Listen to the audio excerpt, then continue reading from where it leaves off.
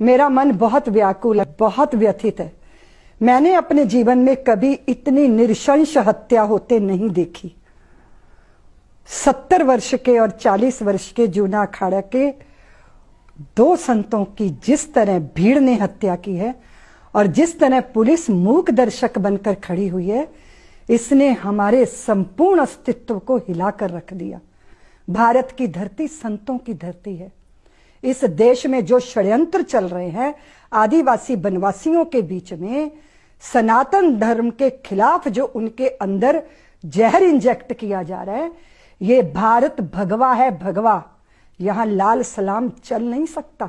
जिस तरह आज मां भारती का हृदय द्रवित हुआ है, हर सज्जन शक्ति व्याकुल हुई है, ये ऐसी विचित्र घटना है जिसने हमारे संपूर्ण अस्तित्व को हिला के रख दिया है। भीड़ इतनी नृशंस नरभक्षी होकर उन असहाय संतों की हत्या करेगी और चुपचाप पुलिस देखेगी, ये कभी सोचा नहीं था।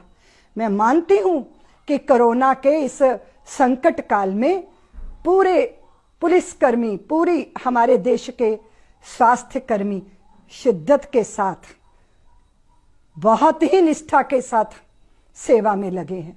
पूरे देश में उनके लिए सलाम हो रहा है। लेकिन पालघर में जो हुआ, वहां खाकी ने शर्मिंदा किया है। अगर आपने एक भी रिवाल्वर निकाल के फायर कर दिए होते तो वो नरभक्षियों की भीड़ पर अंकुश कर लिया होता, लेकिन ये नहीं हो पाया।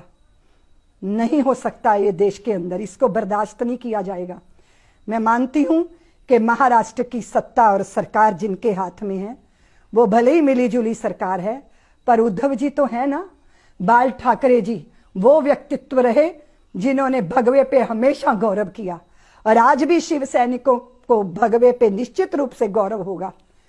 उनको दंड दीजिए जिन्होंने संतों के रक्त से अपने हाथ रंगे हैं।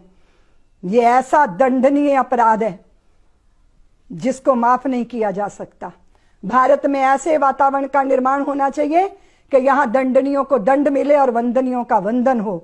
उसी के लिए हैं हम लोग, देश के रखवाले, चौकीदार, पहरेदार, जो भी कुछ हैं। भगवा जब साधु पहनता है तो वो व्यक्ति नहीं होता, सनातन की ध्वजा है भगवा। और सनातन क्या है? कण कण में ईश्वर का दर्शन कराने वाली दृष्टि। सनातन, अगर सनातन बचेगा तभी मनुष्यता बचेगी। अभी आप देख रहे हैं कोरोना जैसी मौत बांटने वाला चाइना, चमगादड़ों और सांपों को खाते हैं वो, और सनातन बताता है कि पशु पक्षी जड़ जंगम सबका ख्याल रखो। ऐसी सनातन धर्म की आभा को लेकर जब सन्यासी चलता है तो वो सन्यासी नहीं होता, तीर्थ होता है, धर्म ग्रंथ होता है। वो चलता फिरता स्वयं भगवान का विग्रह होता है। इसलिए उनके साथ जो व्यवहार हुआ है उसने सारे सज्जन शक्तियों को व्याकुल किया है।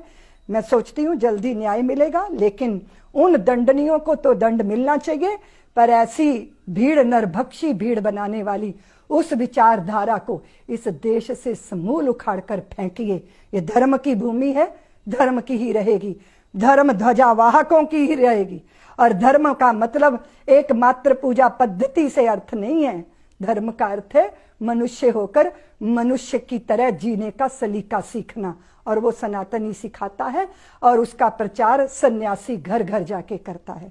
मैं इतना ही निवेदन करती हुई बहुत भारी हृदय से आप सबसे निवेदन करती हूं, अपनी भावनाओं पर अंकुश रखिए, कोरोना की महामारी से निपटिए, और फिर बाद में पूरे भारत के अंदर ऐसा प्रचार प्रसार कीजिए कि देशद्रोही, ये इस तरह के देशद्रोही इस देश के अंदर पनपने ना पाए।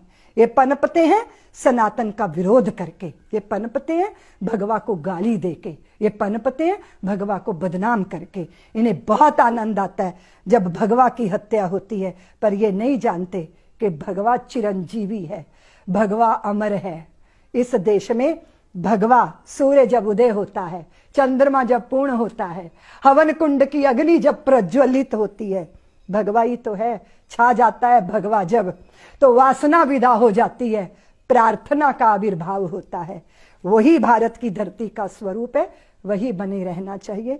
मैं सभी संतों से कहती हूं कि अपने उद्वेलन को, अपने इस क्रोध को, अपने इस व्याकुलता को एक नई दिशा देनी है। दिशा ये देनी है कि किसी भी वनवासी के हृदय को आंगन में धर्म का प्रकाश से वो वंचित ना रह जाए, उसकी हमें जिम्मेदारी लेनी है, ताकि अंधेरा ना बचे। जहां जहां धर्म के दिए जलेंगे वहां वहां से अंधेरा विदा हो जाएगा, और सनातन धर्म की जहां जहां जय जयकार होगी वहां मां भारती की भी जय जयकार होगी। लेकिन हमें इसकी तो जरूरत है कि प्रत्येक भारतवासी के हृदय में हमें धर्म का उजास पैदा करना है, ताकि इस तरह की दुर्घटनाओं से देश दोबारा उसे साक्षात्कार करना ना पड़े। मैं इतना ही कहती हुई अपनी बात को पूरा